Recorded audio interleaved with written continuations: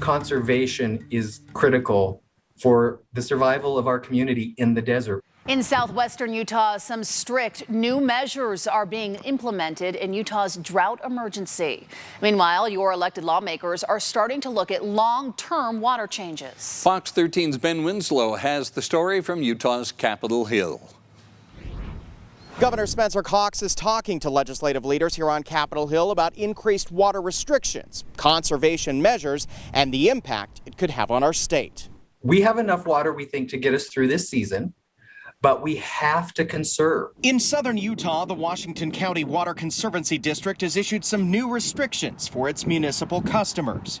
We've adopted the state of Utah's most aggressive conservation goal in our planning. It includes slapping a surcharge on excessive water users, asking cities to start reducing water use by an extra 10%, converting more lawn areas to water-efficient landscapes, and asking cities to start passing ordinances limiting watering times, limiting grass, and banning water features in new developments, and setting limits for the area's famed golf courses. Narrow your fairways and your greens. Can you use desert landscaping? Can you be creative to minimize the footprint? Because the truth is that grass is one of the largest consumers of water. Southwestern Utah is one of the fastest growing areas, but conservation is critical for communities. You know, we are limited to the Virgin River Basin as our source of supply, and the climate projections for it are that it will continue to diminish. Utah's drought emergency is prompting lawmakers on Capitol Hill to consider using COVID emergency funding for water conservation and infrastructure needs. We have set aside about $100 million in the federal money for water optimization.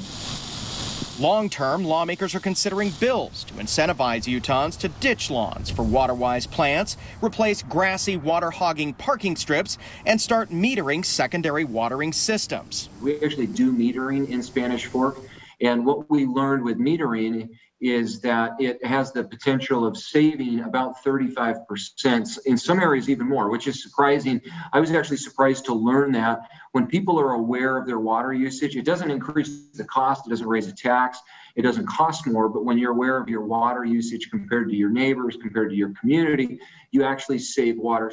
Now, lawmakers are also looking at ways to help agriculture producers cut water. That's normally a big water user, but many of these bills won't be able to be considered until the 2022 legislative session. On the Hill, Ben Winslow, Fox 13 News, Utah.